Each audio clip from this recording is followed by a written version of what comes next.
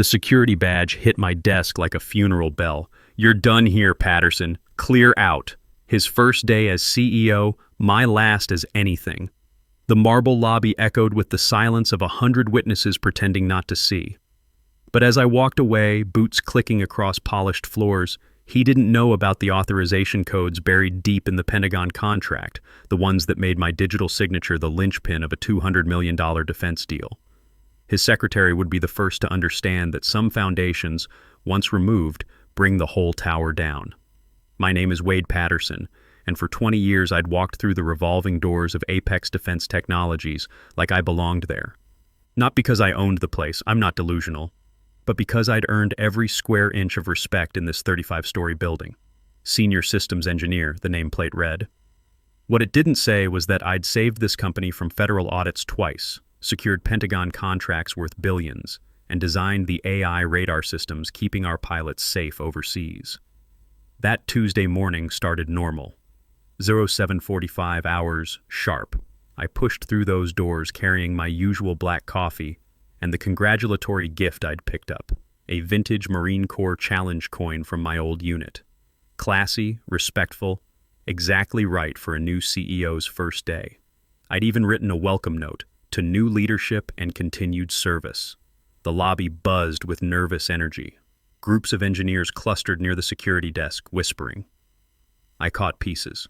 Wonder what he's like. Heard he cleaned house at his last company. Hope our clearances are safe. I nodded at them with the same reassuring look I'd used for 2 decades. Everything would be fine. Change was normal in defense contracting. We'd handle this transition like all the others. "Morning, Wade," Charlie from procurement called out, gripping his coffee tight. "You meeting with him today?" 10:30 hours, I replied, shifting the coin box to my other hand, right after the all hands. If I'd known those were the last words I'd speak as an Apex employee, I might have chosen better ones. The elevator ride to the 30th floor felt off that morning, longer somehow. The familiar ding at each floor counted down to something I couldn't name.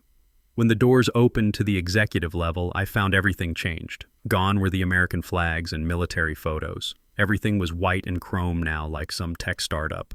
Brennan Hayes stood at the center of it all, and I got why people whispered his name with worry. Tall guy, sharp in his expensive suit, with cold, calculating eyes. He was surrounded by his own people, faces I didn't recognize, moving with corporate precision. The old guard was nowhere to be seen. I approached with my gift and professional attitude, extending my free hand. "Mr. Hayes, I'm Wade Patterson, Senior Systems Engineer. Welcome to Apex Defense." He looked at my hand like it was contaminated. Then his gaze met mine, and I saw my fate written there before he opened his mouth. Patterson. He said my name like reading it off a termination list, which I'd learn later he was. Perfect timing. The entire floor went silent. Every cubicle worker popped up to watch. The new assistants, his people, smirked behind their tablets. Even the air conditioning seemed to stop. "I've been reviewing the organizational structure," he continued, loud enough for everyone to hear, "identifying redundancies, legacy personnel who've grown too comfortable, people who represent outdated thinking." My face didn't change. 20 years in defense contracting teaches you to stay calm when incoming fire starts. "I'd be happy to brief you on current projects," I said. "We have several critical Pentagon initiatives running." "That won't be necessary." He cut me off like canceling lunch. "Your services are no longer required. Security will escort you out." The words hit the silence hard. Someone gasped. Nancy from Systems Integration, who'd started my same year. The challenge coin felt ridiculous in my hands now, like bringing flowers to my own court-martial. "I see," I said, because what else was there? "May I ask why?" "You may not." He'd already turned away, dismissing me before security arrived. "This is a new era for Apex Defense. We need fresh perspectives, not relics from the past." Relics. 20 years of 12-hour days, missed birthdays, canceled fishing trips, and I was a relic. The 2 security guards approaching looked uncomfortable. Tony and Mike, guys I'd shared coffee with 1,000 times. They wouldn't meet my eyes. "Sir," Tony mumbled, "we need to escort you to collect your things." "That won't be necessary," I said, copying Hayes's tone. My voice stayed steady somehow. "I keep personal items at home. Company policy. Not true, but I wouldn't give him the satisfaction of the walk of shame. I looked down at the challenge coin in my hands. Semper Fi engraved on old brass. The irony could have sunk a destroyer. I walked to the nearest trash bin and dropped it in. The sound hitting bottom was my only goodbye. "Wade," someone whispered as security flanked me toward the elevator. Monica Cross, Hayes' imported secretary, watched from her new desk with an expression I couldn't read. Her fingers gripped her phone like she wanted to say something, but the words died in the cold atmosphere Hayes had created.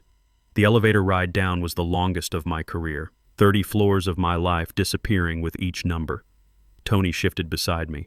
"This ain't right, Mr. Patterson. Everyone knows what you've done for this place." "It's business, Tony," I said, watching the numbers fall. Nothing personal. But we both knew that was bull. Everything in defense contracting was personal, wrapped up in professional language. Every handshake hit a knife. Every meeting was war. Every new CEO needed blood to prove their power, and I'd just become the sacrifice.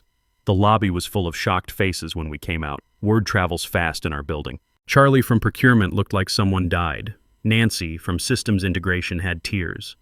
These weren't just coworkers. They were family. We'd pulled all-nighters together, celebrated contract wins, mourned fallen soldiers together.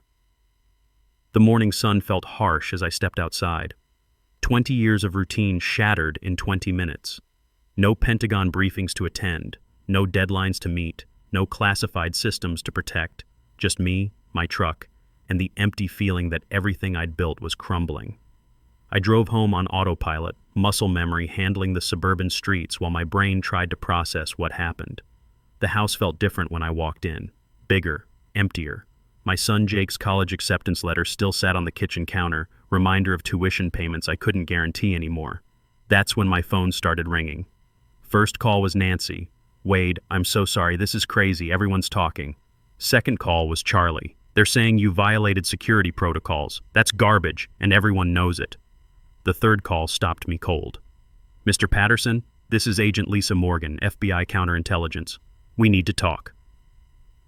I met her 2 hours later at a diner outside town. Agent Morgan looked like she could bench press my truck. She slid a manila folder across the table. "What do you know about Continental Security Group?" I opened the folder. Photos, documents, financial records. My stomach dropped. "Chinese-backed consulting firm," I said. "Suspected industrial espionage." "More than suspected now," Morgan said. "Confirmed. They've been targeting defense contractors for months." She pulled out another photo. Hayes shaking hands with a man I recognized from intelligence briefings. "Your new CEO just signed a consulting agreement with them yesterday." "The Pentagon contract," I said, pieces clicking. "He needs my authorization codes." "Which is why you're sitting here talking to me instead of having an accident," Morgan said grimly. "Your digital signature is the only thing between classified radar technology and Beijing. What do you need?" "Right now, nothing. Just stay alive and stay ready. We're building a case, but we need more evidence. Can you think of anyone inside who might help?" I thought about it. Sarah Holstrom, the founder's granddaughter. She's smart, has board access, and she was my intern 3 years back. If anyone would help, it's her. Can you reach out? I'll try. The next week was hell. Hayes' people tried everything to get my codes. First came the bribes. They offered me a consulting contract worth $500,000. I turned it down. Then came threats. They froze my pension, spread rumors about my clearance, had lawyers send intimidating letters. The breaking point came when Jake called from MIT. "Dad, some guys in suits showed up asking about you. Campus security escorted them off, but they had photos of me leaving class. I'm scared." That's when I stopped playing defense and went on the attack. You don't threaten a Marine's family. Ever. I started making calls. Old contacts from my unit. Guys who'd gone into private security, federal agencies, congressional staff. The network we'd built in foxholes activated like a precision machine. Hayes thought he was fighting one old engineer. He was actually taking on the entire Marine Corps Brotherhood. Tommy Rodriguez, now with Homeland Security, called back first. "Wade, we've been watching Continental Security for months. If Hayes is working with them, we want to know everything." Lisa Morgan, who'd transferred to NSA after our deployment, followed up. "I can run some background checks on Hayes' new people, see what shakes loose." But the real breakthrough came from Sarah Holstrom. She called me at midnight on Friday. "Mr. Patterson, I think my grandfather would want you to know what I've been hearing in board meetings. Sarah was 28, Harvard MBA, everything her grandfather hoped for in a successor. She'd interned under me 3 years ago, learning systems integration. Sharp as a knife and twice as tough. Hayes is planning to transfer the radar technology, she whispered. He's telling the board it's a joint venture, but I've seen the real contracts. We're basically handing everything to Chinese intelligence. When? Next Friday. Emergency board meeting to approve the transfer. Can you stop it? Not alone, but if someone with your credibility was there to explain the technical stuff, I'll be there. Wait, there's something else. Hayes has been asking it about your access codes. They told him the Pentagon contract requires your personal authorization for any tech transfers. He's getting desperate. That explained the escalating pressure. Hayes needed me alive to get those codes, but he was running out of time and patience. Monday morning, Agent Morgan called with an update. We've been monitoring Hayes' communications. He's getting pressure from Continental Security to deliver the radar tech. They're threatening to expose his financial arrangements if he doesn't produce your codes by Friday. What kind of financial arrangements? Swiss accounts, offshore shells, the usual. About $5 million so far, with another $20 million promised when the tech transfers. Your boy's in deep. That afternoon, Sarah sent me encrypted files through a secure channel Tommy Rodriguez set up. Internal emails, financial documents, even recorded phone calls. Hayes wasn't just selling out the company, he was systematically looting it. Equipment purchases that never arrived, consulting fees to shell companies, contract modifications that funneled money overseas. Look at page 47, Sarah's message read. Hayes altered the Pentagon contract terms without board approval. He's trying to remove your authorization requirement, but the Pentagon won't accept the changes without your written consent. I studied the documents. Hayes had been busy. He'd fired half the senior staff, not just me.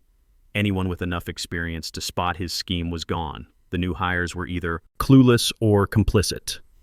Monica Cross, his secretary, turned out to be his girlfriend and a Continental Security operative.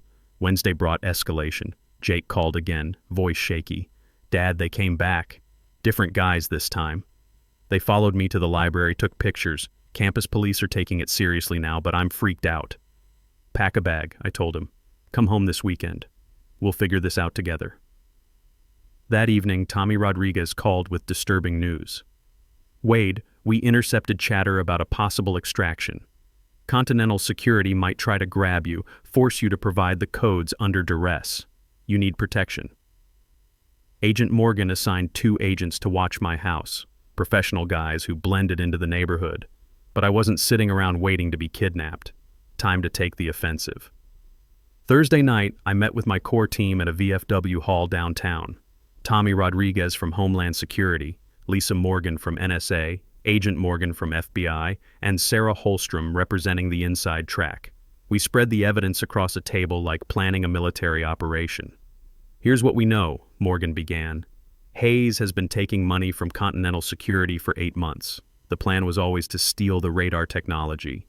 He targeted Apex because of the Pentagon contracts and your specific expertise. Lisa Morgan pulled up satellite photos on her laptop. Continental Security's parent company is directly controlled by Chinese military intelligence. The radar tech would give them our frequency signatures, countermeasures, everything. How do we stop them? Sarah asked. Friday's board meeting, I said. We expose everything there, with the board as witnesses. Thomas Holstrom still controls 51% of the company. If he sees proof of what Hayes is doing, that's risky, Tommy warned. If Hayes realizes we're onto him, he might accelerate the timeline or just disappear with what he's already stolen. That's why we need multiple angles, Morgan said. Sarah records the meeting. Wade presents the technical evidence. We have federal agents ready to move. And Lisa's people monitor all communications to prevent Hayes from warning Continental Security. Sarah looked nervous but determined. My grandfather built this company to serve our country. Hayes is destroying everything he worked for. I'm in. Friday morning arrived gray and cold. Jake had driven down from MIT Thursday night, and I'd gotten him settled with friends out of state. Whatever happened today, my family would be safe. I dressed carefully. My best suit, Marine Corps lapel pin, the challenge coin Sarah had retrieved from the trash and returned to me. If I was walking back into Apex Defense, I was going in as myself, not as some broken former employee. Sarah met me in the parking garage at 0930 hours. Board meetings at 1000. Hayes has been making calls all morning. He knows something's up. She handed me a visitor's badge and security clearance. Grandfather insisted you have full access. He never believed Hayes' story about security violations. We rode the elevator to the 30th floor in silence. The executive level still looked like a hospital, all white and chrome. But something felt different. Tension in the air, like before a firefight. Thomas Holstrom waited outside the boardroom, 75 years old but still sharp as a blade. "Wade," he said, gripping my hand. "I should have called you the day after Hayes fired you." I knew something was wrong. "You're calling me now, sir. That's what matters." Hayes emerged from his office, saw me standing there, and his face went white. "What is he doing here?" "Mr. Patterson is here as a technical consultant," Thomas replied calmly. "We need expert analysis of the Continental Security proposal. That's completely inappropriate. He's been terminated. He doesn't have clearance." "Actually," Sarah said, producing documents, "the board voted to reinstate his clearance pending review of his termination. Grandfather still has controlling interest." Hayes looked trapped, desperate. His eyes darted toward the emergency exit, then back to us. "This is a mistake. You don't understand the bigger picture." "Then explain it to us," Thomas said, in the boardroom, with the full board present. The boardroom felt like a courtroom as we filed in.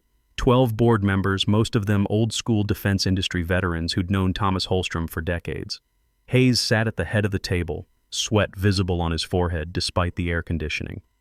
"Ladies and gentlemen," Thomas began, "we're here to review the Continental Security Group proposal. But first, I've asked Wade Patterson to brief us on some technical concerns that have come to light." I stood up, feeling the weight of 20 years in this industry.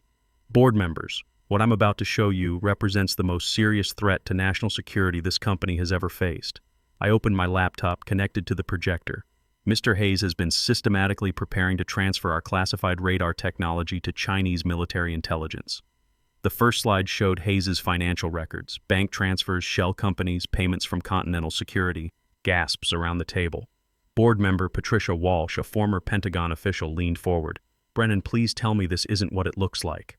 Hayes tried to bluster. "This is character assassination. Patterson was terminated for cause. He's clearly trying to sabotage legitimate business opportunities." But his voice cracked on the last words.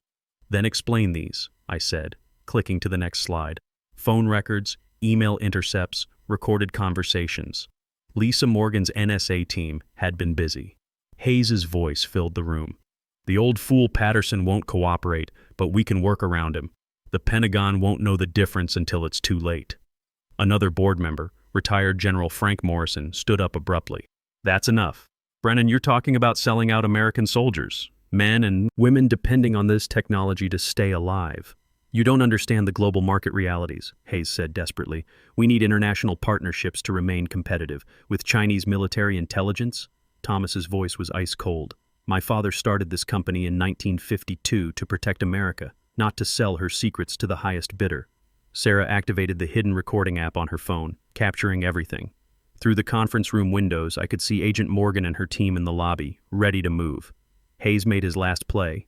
"Even if you believe this nonsense, you can't stop the technology transfer. I've already initiated the process. Continental Security has agreements in place." "Actually," I said, "they don't, because every transfer requires my personal authorization under the Pentagon contract. Page 47, subsection C. The same clause you tried to remove without proper approval." I pulled out my phone, dialed a number on speaker. "Colonel Martinez, Pentagon Procurement Office." "Colonel, this is Wade Patterson at Apex Defense. I'm calling to confirm that my authorization codes remain valid and unchanged for the radar technology contract." "Confirmed, Mr. Patterson. Any transfer attempts without your explicit written consent will void the contract and trigger immediate investigation." Hayes' face went gray. The room erupted in angry voices. Patricia Walsh was already calling Pentagon contacts. General Morrison demanded immediate legal action. Thomas Holstrom sat quietly, watching his CEO's world collapse. That's when Agent Morgan and her team entered the boardroom. "Mr. Hayes, FBI. You're under arrest for violations of the Espionage Act, conspiracy to commit treason, and money laundering." The handcuffs clicked with satisfying finality. As they led Hayes away, he turned back to me. "You think you've won something? Continental Security has other sources, other companies. This won't stop anything." Maybe not, I replied, but it stops you. 6 months later, I sat in my new office on the 30th floor. Chief Technology Officer, Apex Defense Technologies. The nameplate was simple, professional. The view looked out over the same city, but everything felt different now. Hayes was serving 15 years in federal prison. The investigation had uncovered a network of Chinese intelligence operations targeting defense contractors across the country. Congressional hearings, new security protocols, companies scrambling to audit their own vulnerabilities. Continental Security Group was shut down by executive order, their parent company sanctioned. Several other CEOs were arrested in the broader investigation. The radar technology Hayes tried to steal was now deployed in 3 combat theaters, keeping American pilots safe. My salary had increased 40% to $210,000, plus stock options and a Pentagon commendation for exceptional service protecting national security interests. Jake finished his sophomore year at MIT, fully funded. The tuition stress was gone. Sarah Holstrom was being groomed to take over the company, implementing new security protocols to prevent future breaches. Thomas had officially named her heir apparent, with my full support. She'd earned it. The fishing trips were back on my calendar. The 12-hour days were optional now, not mandatory. And every morning when I walked through those revolving doors, I remembered that sometimes your worst day becomes your first day of real success. That challenge coin sat on my desk now, polished to a shine.